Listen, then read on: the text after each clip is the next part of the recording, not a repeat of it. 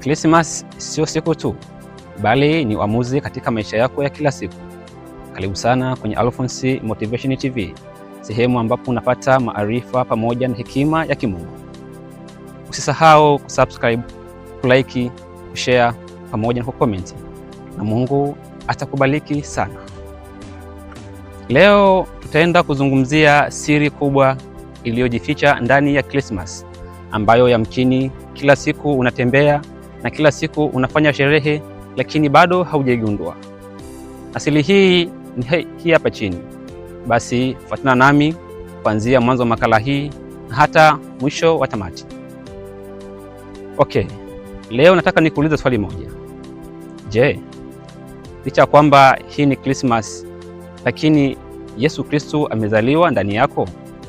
Au Yesu Kristo yupo katika sherehe, mavazi, tafrija pamoja na picha za kurusha mtandaoni?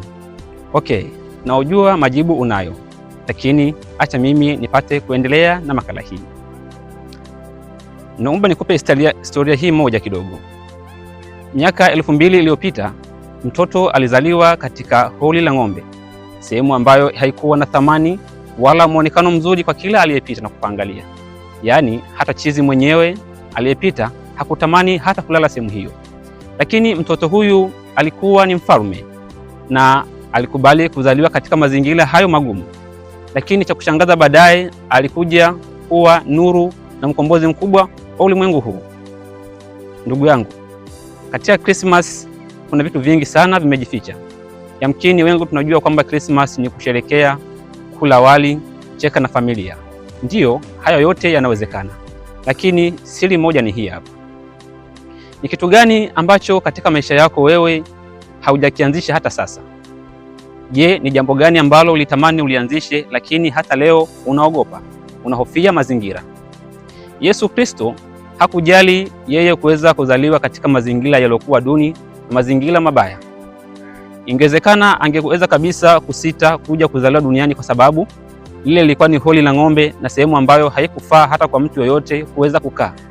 Lakini aliamua kushuka na kukubali kuzaliwa katika sehemu iliyokuwa na changamoto, ili yeye aongoze nuru na hatimaye ulimwengu upate kukombolewa kupitia changamoto hiyo.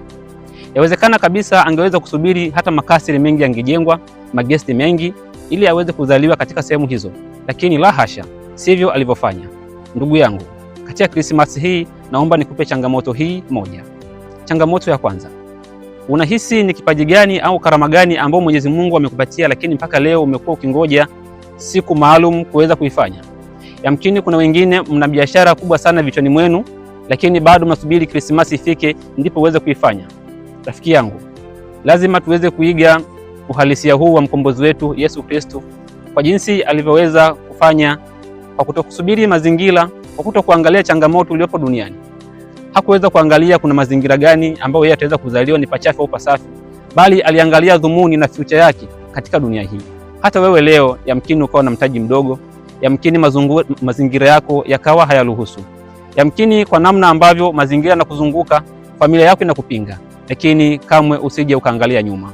Kuwa kama huyu mkombozi Yesu Kristo, ambaye leo tunaenda kumwadhimisha katika sherehe hii kubwa sana, ambapo unatakiwa kujifunza vitu mbalimbali kutokana na uzao wake huu. Jifunze kuanza pale ulipo. Yamkini una mtaji mdogo, jifunze kuanza na mtaji huo mdogo ulionao.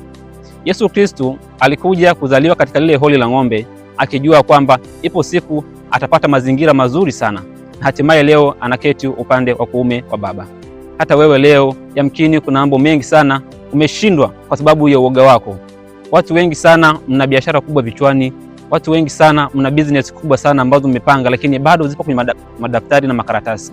Mnasubiri siku ifike na siku yenyewe bado haifiki.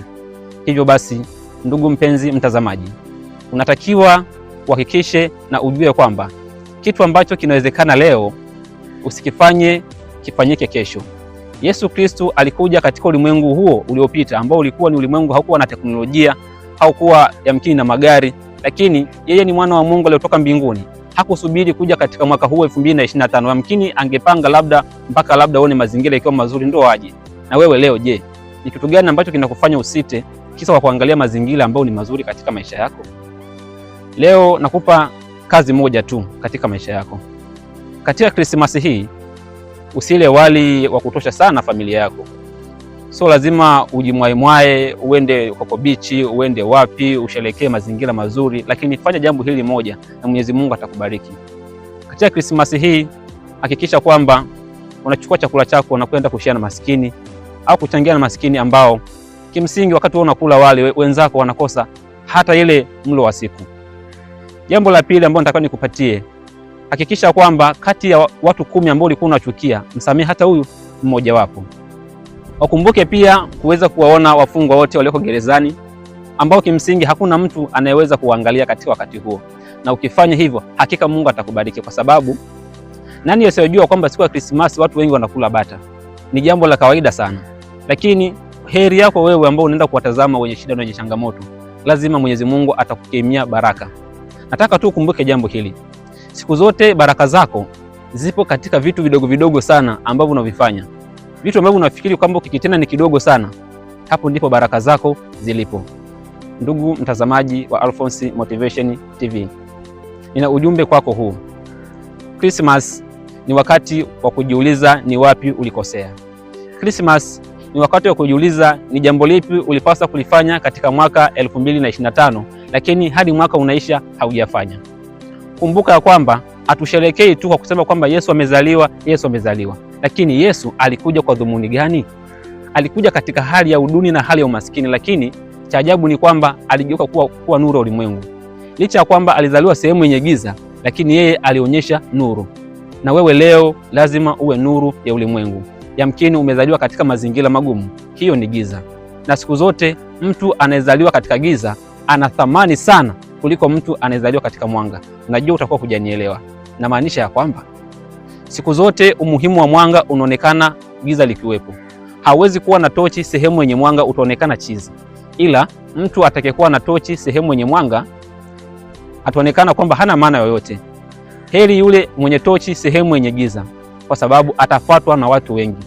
Unapokuwa umekamatilia tochi kwenye giza, kila mmoja atatamani umuongoze, na wewe ndio utaonekana kwamba upo mstari wa mbele.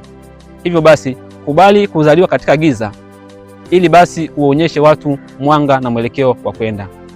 Kubali leo watu wakulaumu, kubali leo watu wakuone kwamba hauna maana, lakini ili mradi tu mafanikio yazidi kuonekana. Na imani kwamba utakuwa umebarikiwa sana sana sana na kipindi hiki, na utakuwa umebarikiwa sana sana na makala hii. Hivyo ninakusihi basi katika wakati huu fanya matendo ya huruma, na imani Mungu Mwenyezi wa mbinguni atakubariki. I say, wahenga waliwahi kusema kwamba siku zote mtu yeyote anayejitoa na kuchukua muda wake kwa ajili ya kufanya kitu kingine ambacho ni manufaa kwa wengine, basi Mwenyezi Mungu huwa hamwachi bure. Lazima tu atakukumbuka. Hivyo katika Krismasi hii jinyime kidogo ili uweze kupata vingi zaidi, na Mwenyezi Mungu wa mbinguni atakubariki. Langu jina ni Alphonce Ndabita na hii hapa ni Alphonce Motivation TV. Usahau kushare, kulike pamoja na kusubscribe, na Mungu wa mbinguni atakubariki. Mpaka wakati mwingine, chao.